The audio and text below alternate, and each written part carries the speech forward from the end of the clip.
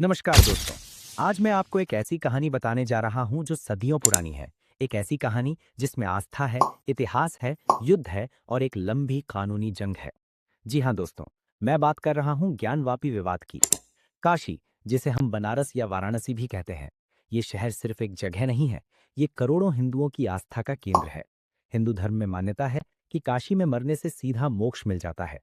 और इसी आस्था के बीच में एक विवाद है जो पिछले कई सौ सालों से चल रहा है। 18 दिसंबर 2023 को जब एएसआई यानी भारतीय पुरातत्व सर्वेक्षण की रिपोर्ट वाराणसी जिला कोर्ट में पेश हुई और 25 जनवरी 2024 को दोनों पक्षों, हिंदू और मुस्लिम पक्ष को दी गई, तो पूरे देश की नजरें इस केस पर टिक गईं।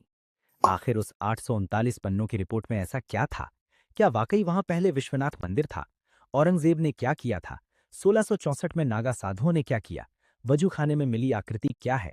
और ये पूरा मामला शुरू कैसे हुआ?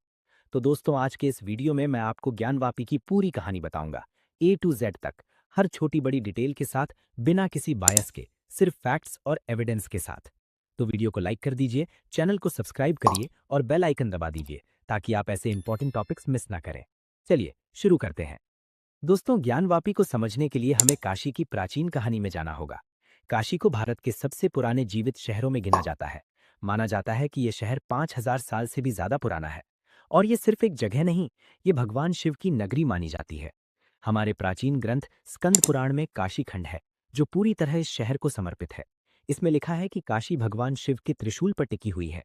जब प्रलय आती है तो पूरी धरती डूब जाती है, लेकिन काशी शिव के त्रिशूल पर सुरक्षित रहती है। ये भगवान शिव की सबसे प्रिय जगह है, जहां वो माता पार्वती के साथ विराजमान है। अब यहां पर था आदि विश्वेश्वर मंदिर। विश्वेश्वर का मतलब होता है ब्रह्मांड के स्वामी, पूरे विश्व के ईश्वर। इस मंदिर में एक स्वयंभू ज्योतिर्लिंग था, मतलब जो खुद प्रकट हुआ था, किसी इंसान ने नहीं बनाया। और ये 12 ज्योतिर्लिंगों में से एक था। दरअसल कुछ विद्वानों का मानना है कि ये 12 ज्योतिर्लिंगों में सबसे महत्वपूर्ण और प्राचीन है। पौराणिक कथाओं के हिसाब से त्रेता युग में राजा हरिश्चंद्र, जो सत्यवादिता के लिए प्रसिद्ध थे, इस मंदिर का जीर्णोद्धार करवाया था। फिर ईसा पूर्व 11वीं सदी में सम्राट विक्रमादित्य ने इस मंदिर को और भव्य बनवाया। विक्रमादित्य उज्जैन के महान राजा थे, जिन्होंने अपने शासनकाल में कला, संस्कृति और धर्म को बहुत बढ़ावा दिया। ये सिर्फ पूजा की जगह नहीं थी दोस्तों। आदि विश्वेश्वर मंदिर ज्ञान और अध्यात्म का एक विशाल केंद्र था। यहाँ एक बड़ा मंदिर परिसर था, जिसमें अनेक छोटे छोटे मंदिर थे। यहाँ दूर दूर से विद्वान, साधु संत, ज्योतिषी आते थे। संस्कृत के अध्ययन का ये एक प्रमुख आते थे। ज्ञानवापी शब्द भी बहुत महत्वपूर्ण है।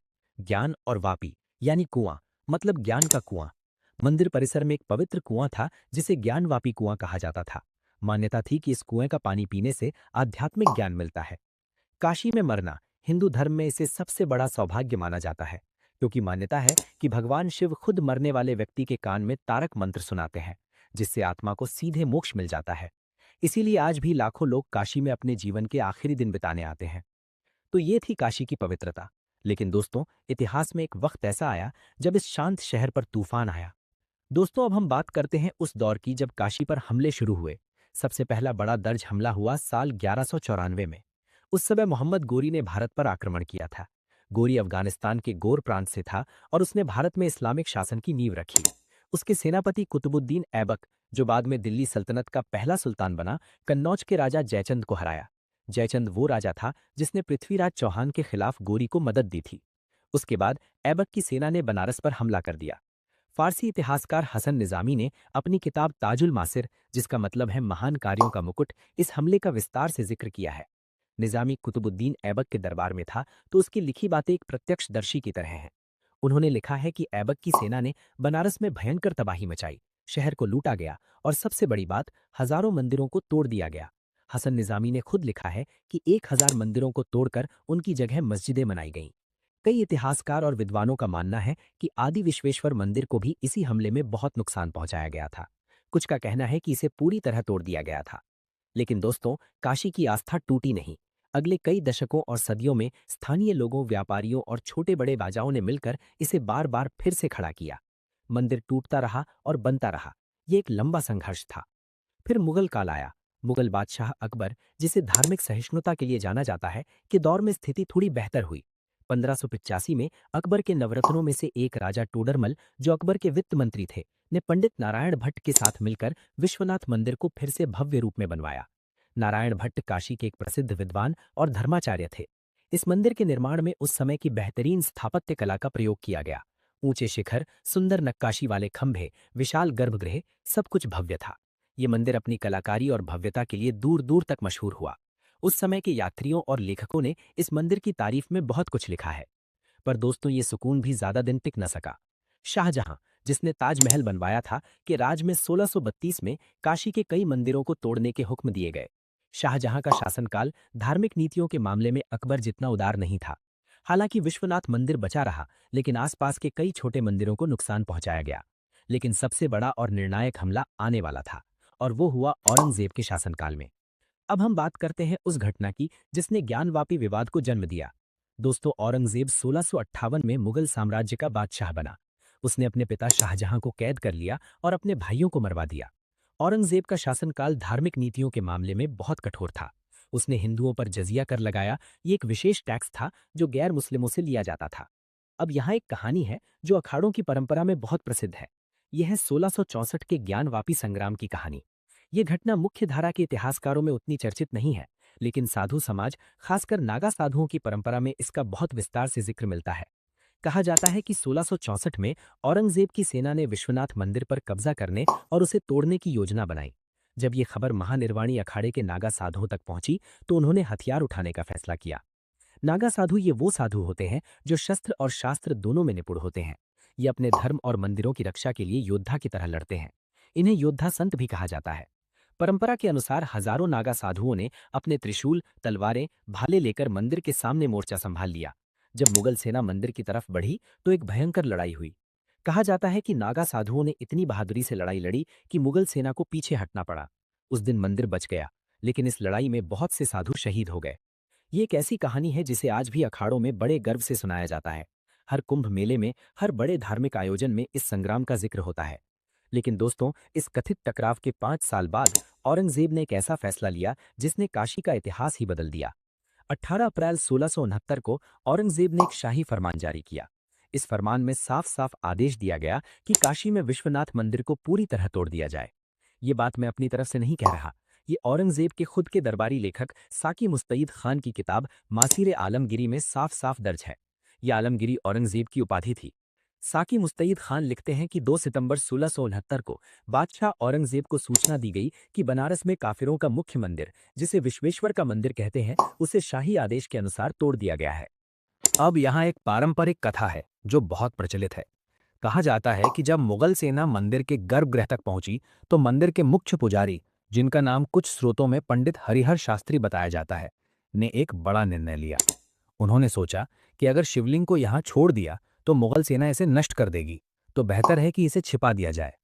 उन्होंने स्वयंभू शिवलिंग को गले में लटका लिया और पास के ज्ञानवापी कुएं में छलांग लगा दी। मान्यता है कि इस तरह शिवलिंग को बचा लिया गया। हालांकि पुजारी ने अपनी जान की कुर्बानी दे दी।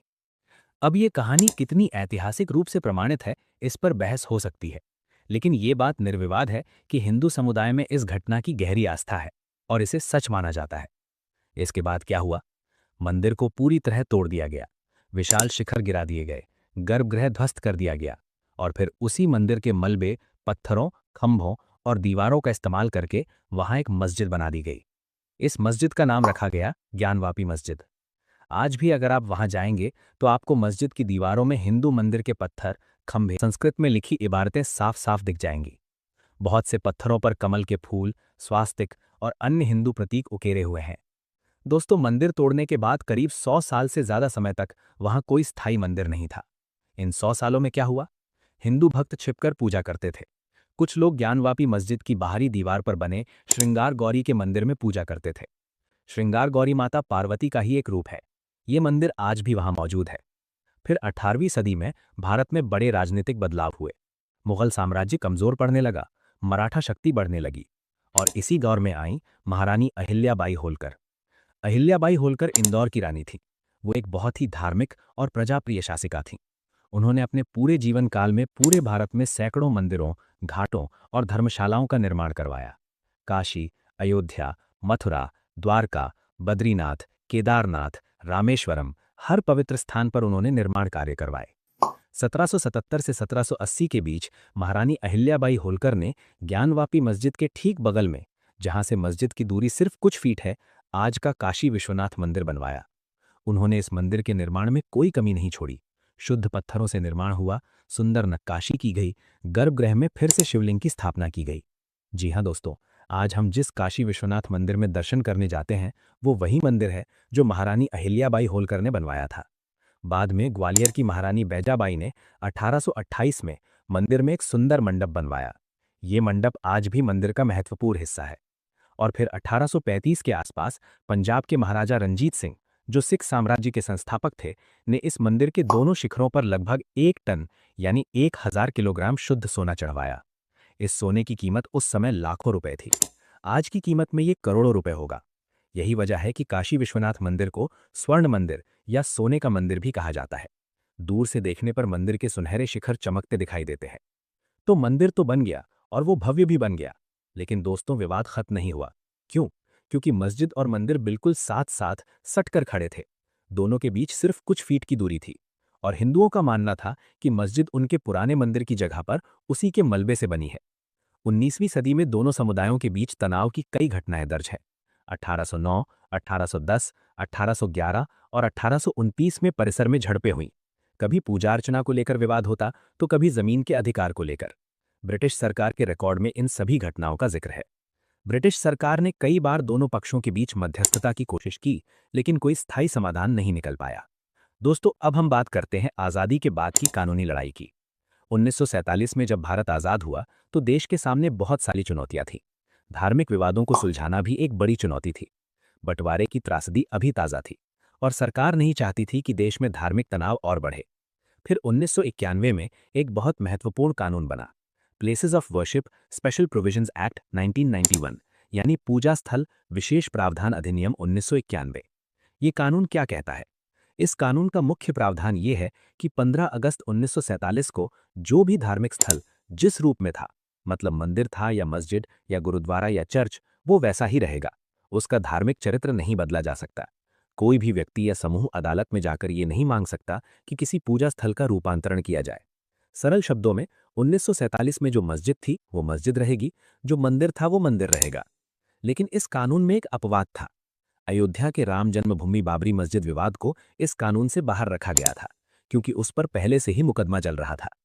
अब दिलचस्प बात यह है कि इस कानून के बनते ही 1991 में ही पंडित सोमनाथ व्यास और कुछ अन्य हिंदू पक्ष के लोगों ने वाराणसी की सिविल कोर्ट में एक याचिका दायर कर दी।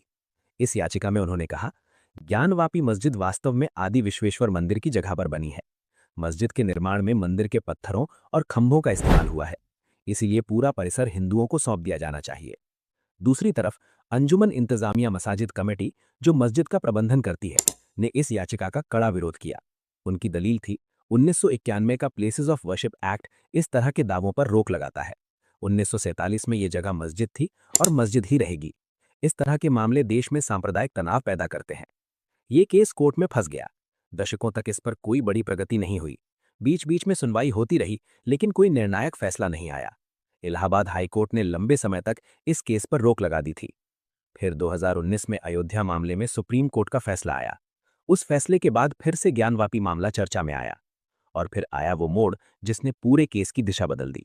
दोस्तों, अब हम बात करते हैं उस दौर की जब इस मामले में असली तेजी आई। अगस्त 2021 में 5 हिंदू महिलाओं ने वाराणसी के सिविल जज सीनियर डिवीजन की अदालत में एक नई याचिका दायर की। इन 5 महिलाओं के नाम थे राखी सिंह, लक्ष्मी देवी, सीता साहू, मंजू व्यास और रेखा पाठक। इन महिलाओं ने कहा कि ज्ञानवापी मस्जिद की बाहरी दीवार पर श्रृंगार गौरी का एक प्राचीन मंदिर है। माता पार्वती के स्वरूप की पूजा सदियों से होती आई है, लेकिन वहां साल में सिर्फ एक बार चैत्र नवरात्रि के दौरान पूजा की अनुमति है। इन महिलाओं ने मांग की कि उन्हें वहां रोजाना पूजा अर्चना करने का अधिकार दिया जाए। ये एक नया दृष्टिकोण था। ये याचिका पूरी मस्जिद को मंदिर में बदलने की मांग नहीं कर रही थी, बल्कि सिर्फ मौजूदा श्रृंगार गौरी मंदिर में नियमित पूजा की मांग कर रही थी।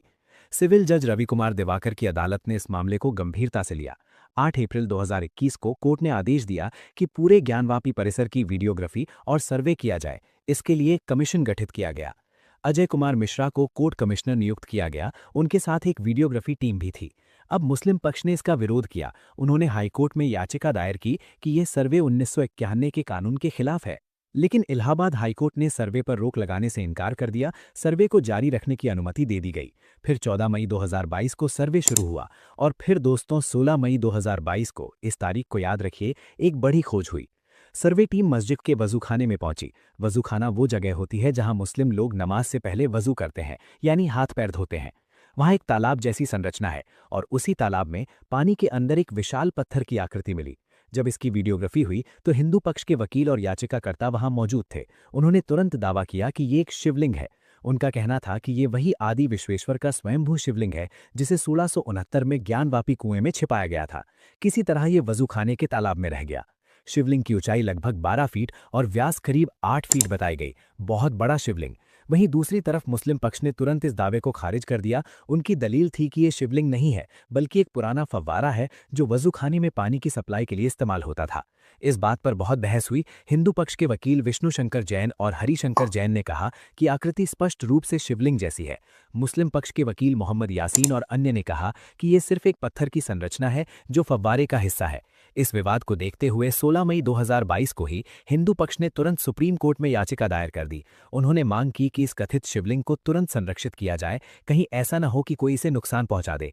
सुप्रीम कोर्ट ने मामले की गंभीरता को समझा। 17 मई 2022 को, यानी अगले ही दिन, सुप्रीम कोर्ट ने आदेश दिया कि वजूखाने के उस हिस्से को तुरंत सील कर दिया जाए। वहां कड़ी सुरक्षा तैनात की जाए, किसी को भी उस जगह के पास जाने की अनुमति ना हो, सीआरपीएफ की सुरक्षा में वो क्षेत्र रखा जाए। ये आदेश आज तक लागू है। आज भी वो जगह सील है, वहां सुरक्षाकर्मी तैनात हैं और किसी को वहां जाने की इजाजत नहीं है। दोस्तों, अब बात करते हैं उस वैज्ञानिक सर्वे की जो एएसआई ने किया। वाराणसी की जिला अदालत ने 21 जुलाई 2023 को आदेश दिया कि भारतीय पुरातत्व सर्वेक्षण यानी archaeological survey of India Gyanvapi परिसर का एक वैज्ञानिक सर्वे करे। इस आदेश का मकसद ये जानना था कि क्या मौजूदा मस्जिद की संरचना किसी हिंदू मंदिर पर बनी है, क्या मंदिर के अवशेष वहां मौजूद हैं, क्या मस्जिद के निर्माण में मंदिर की सामग्री का इस्तेमाल हुआ। मुस्लिम पक्ष ने इस आदेश को इलाहाबाद हाईकोर्ट में चुनौती दी, लेकिन 3 अगस्त 2023 को हाईकोर्ट ने जिला अदालत के आदेश को बरकरार रखा और एएसआई को सर्वे की अनुमति दे दी। 4 अगस्त 2023 को एएसआई की टीम ने सर्वे शुरू किया। इस सर्वे में एएसआई ने कई तकनीकों का इस्तेमाल किया। जीपीआर यानी जमीन के अंदर क्या है ये जानने के लिए, 3D लेजर स्कैनिंग, पूरी संरचना का डिजिटल मॉडल बनाने के लिए, कार्बन डेटिंग, पत्थरों और सामग्री की उम्र जानने के लिए, विस्तृत फोटोग्राफी और वीडियोग्राफी, पत्थरों पर लिखे शिलालेखों का अध्ययन, स्थापत्य शैली का विश्लेषण। एक शर्त थी कि वजूखाने वाले सील किए गए हिस्से का सर्वे नहीं होगा, क्योंकि वो सुप्रीम कोर्ट के आदेश से सुरक्षित है। करीब 95 दिनों तक ये सर्वे चला। एएसआई की पूरी टीम हर दिन वहां जाती, मापजोक करती, फोटो खींचती, नोट्स बनाती। नवंबर 2023 में सर्वे का काम पूरा हुआ और फिर 18 दिसंबर 2023 को एएसआई ने अपनी रिपोर्ट वाराणसी जिला कोर्ट को सौंप दी। ये रिपोर्ट 839 पन्नों की थी। इसमें सैकड़ों फोटो, मैप्स, डायग्राम्स और विस्तृत विश्लेषण था। शुरू में ये रिपोर्ट सील बंद थी, सिर्फ कोर्ट के पास थी। फिर 25 जनवरी 2024 को कोर्ट ने ये रिपोर्ट दोनों पक्षों को सौंप दी, हिंदू पक्ष और मुस्लिम पक्ष दोनों को। जब रिपोर्ट सार्वजनिक हुई तो इसमें कुछ बहुत महत्वपूर्ण बातें सामने आईं। हिंदू पक्ष के वकील विष्णु शंकर जैन ने जो रिपोर्ट के आधार पर दावे किए वो ये हैं। पहला दावा, मौजूदा मस्जिद की इमारत बनाने में पुराने हिंदू मंदिर के खंभों, दीवारों, पत्थरों और अन्य संरचनात्मक सामग्री का बड़े पैमाने पर इस्तेमाल हुआ था, यानी मस्जिद को तोड़कर उसी के मलबे से बनाया गया। दूसरा दावा, सर्वे में 32 शिलालेख मिले हैं। ये शिलालेख अलग अलग इंडियन लिपियों में लिखे हैं। देवनागरी हिंदी संस्कृत में इस्तेमाल होती है, ग्रंथ दक्षिण भारतीय लिपि, तेलुगु आंध्र प्रदेश तेलंगाना की लिपि, कन्नड़ कर्नाटक की लिपि। इन शिलालेखों पर संस्कृत में मंत्र, देवी देवताओं के नाम और धार्मिक श्लोक लिखे हैं। ये साबित करता है कि ये पत्थर पुराने हिंदू मंदिर के थे। तीसरा दावा, रिपोर्ट में कहा गया है कि मस्जिद की पश्चिमी दीवार वास्तव में एक हिंदू मंदिर का बचा हुआ हिस्सा है। ये दीवार मंदिर की मूल संरचना का हिस्सा थी और मस्जिद बनाते समय इसे ज्यों का को रख दिया गया। चौथा दावा, कुछ पत्थरों पर फारसी में शिलालेख भी मिले हैं। इन शिलालेखों में औरंगजेब के शासनकाल और मंदिर विध्वंस का जिक्र है, यानी खुद मुगलकालीन लेख में दर्ज है कि यहाँ मंदिर तोड़ा गया था। पांचवा दावा, मस्जिद के अंदर बहुत से खंभों पर हिंदू देवी देवताओं की मूर्तियां और प्रतीक दिखाई देते हैं। कुछ खंभों पर कमल के फूल, स्वास्तिक, कलश और अन्य हिंदू प्रतीक उकेरे हुए हैं। ये मंदिर की स्थापत्य शैली के लक्षण हैं। छठा दावा, पूरी संरचना की स्थापत्य शैली हिंदू मंदिर स्थापत्य शैली से मेल खाती है। इस्लामिक स्थापत्य में जो विशेषताएं होती हैं, जैसे मेहराब, गुंबद की खास शैली, वो यहाँ मूल रूप से नहीं है, बल्कि हिंदू मंदिरों की शैली दिखाई देती है। ये थे हिंदू पक्ष के मुख्य दावे जो एएसआई रिपोर्ट पर आधारित है। दोस्तों, अब बात करते हैं मुस्लिम पक्ष की दलीलों की। मुस्लिम पक्ष की ओर से अंजुमन इंतजामिया मसाजिद कमेटी ने एएसआई रिपोर्ट और हिंदू पक्ष की दावों का जवाब दिया है। उनके मुख्य तर्क ये है। पहला तर्क, एएसआई रिपोर्ट सिर्फ एक साक्ष्य है, कोर्ट का आखिरी फैसला नहीं है। ये रिपोर्ट एक राय है जिस पर बहस हो सकती है। अदालत को सभी पहलुओं को देखना होगा, सिर्फ इस रिपोर्ट को नहीं। दूसरा तर्क, सबसे बड़ा कानूनी तर्क है प्लेसेस ऑफ वर्शिप एक्ट 1991। ये कानून साफ साफ कहता है कि 15 अगस्त 1947 को जो धार्मिक स्थल जिस रूप में था वो वैसा ही रहेगा। 1947 में मस्जिद एक मस्जिद थी और मस्जिद ही रहेगी। इस कानून के अनुसार किसी भी पूजा स्थल की प्रकृति नहीं बदली जा सकती। तीसरा तर्क, अगर ये मान भी लें कि पुराने समय में वहां मंदिर था, तो भी 400 साल से ज्यादा समय से वो जगह मस्जिद के रूप में इस्तेमाल हो रही है। 1669 से लेकर आज तक, यानी 350 प्लस साल वहां नमाज पढ़ी जा रही है। इतने लंबे समय के बाद इसका चरित्र बदलना न्याय संगत नहीं है। चौथा तर्क, हिंदुओं के लिए पहले से ही अहिल्याबाई होलकर द्वारा बनाया गया काशी विश्वनाथ मंदिर मौजूद है, जो ज्ञानवापी के बिल्कुल बगल में है। वहां पूरी तरह पूजा अर्चना होती है, तो दोनों समुदायों के लिए अलग अलग पूजा स्थल हैं और ये व्यवस्था बनी रहनी चाहिए। पांचवां तर्क, अगर ज्ञानवापी मामले में 1991 के कानून को नजरअंदाज किया गया तो पूरे देश में हजारों ऐसे विवाद खड़े हो जाएंगे। इससे सांप्रदायिक तनाव बढ़ेगा और देश की शांति खतरे में पड़ेगी। इसलिए 1991 का कानून बहुत जरूरी है। इसके अलावा सुप्रीम कोर्ट में 1991 के प्लेसेस ऑफ वर्शिप एक्ट की संवैधानिकता को भी चुनौती दी गई है। कुछ याचिकाकर्ताओं ने कहा है कि ये कानून असंवैधानिक है क्योंकि ये आर्टिकल 14 यानी समानता का अधिकार और आर्टिकल 25 यानी धर्म की स्वतंत्रता का उल्लंघन करता है। अयोध्या को अपवाद बनाना भेदभावपूर्ण है। ऐतिहासिक अन्याय को सुधारने का अधिकार नहीं मिलना चाहिए। अभी सुप्रीम कोर्ट में 5 जजों की एक संविधान पीठ इस कानून की वैधता की जांच कर रही है। इस पीठ के फैसले से तय होगा कि ज्ञानवापी ऐसे मामलों का क्या होगा। तो दोस्तों, अभी मामला कई स्तरों पर चल रहा है। वाराणसी की जिला अदालत में मूल केस चल रहा है। इलाहाबाद हाईकोर्ट में कुछ अपीलें हैं। सुप्रीम कोर्ट में 1991 के कानून की वैधता की जांच हो रही है। सुप्रीम कोर्ट में शिवलिंग वाले हिस्से की सुरक्षा का मामला। दोस्तों, अब बात करते हैं वर्तमान स्थिति की और आगे क्या होने वाला है। अभी की स्थिति ये है, ज्ञानवापी मस्जिद में मुस्लिम समुदाय नमाज पढ़ता है, लेकिन कुछ प्रतिबंधों के साथ। वजू खाने वाला हिस्सा जहां कथित शिवलिंग मिला है वो पूरी तरह सील है, वहां सीआरपीएफ की सुरक्षा तैनात है। काशी विश्वनाथ मंदिर में हिंदू भक्त रोजाना पूजा अर्चना करते हैं। हर दिन हजारों श्रद्धालु दर्शन के लिए आते हैं। दोनों जगहों के बीच सिर्फ कुछ फीट की दूरी है और दोनों के बीच एक दीवार है। जो भी हो, फिलहाल कानूनी प्रक्रिया जारी है। सभी पक्ष अदालतों में अपनी अपनी दलीलें पेश कर रहे हैं। दोस्तों, अब मैं इस पूरे मामले को एक व्यापक दृष्टिकोण से देखना चाहता हूं। ऐतिहासिक सच्चाई, इतिहास के सबूत और दस्तावेज ये बताते हैं कि काशी में प्राचीन काल से विश्वनाथ मंदिर था। मध्यकाल में इस पर कई हमले हुए। 1669 में औरंगजेब ने इसे तोड़ने का आदेश दिया। ये फारसी दस्तावेजों में दर्ज है। उसी जगह पर मस्जिद बनी, ये भी दर्ज है। एएसआई रिपोर्ट कहती है कि मस्जिद में मंदिर की सामग्री का इस्तेमाल हुआ, तो ऐतिहासिक तौर पर वहां पहले मंदिर था। इस बात के बहुत मजबूत सबूत हैं। कानूनी सच्चाई, 1991 का कानून कहता है कि 1947 की स्थिति बनी रहनी चाहिए और 1947 में वहां मस्जिद थी, तो कानूनी तौर पर अभी वो मस्जिद है और मस्जिद ही रहनी चाहिए जब तक कानून बदलता नहीं। तो दोस्तों, ये थी ज्ञानवापी की पूरी विस्तृत कहानी। अगर आपको ये वीडियो इन्फॉर्मेटिव लगा, डिटेल्ड लगा और हेल्पफुल लगा तो लाइक बटन को जरूर दबाइए। इससे ये वीडियो और लोगों तक पहुंचेगा। चैनल को सब्सक्राइब कर लीजिए और बेल आइकन दबा दीजिए ताकि जब भी मैं ऐसे महत्वपूर्ण टॉपिक्स पर वीडियो बनाऊं आप सबसे पहले उसे देख सकें। जय हिंद, जय भारत।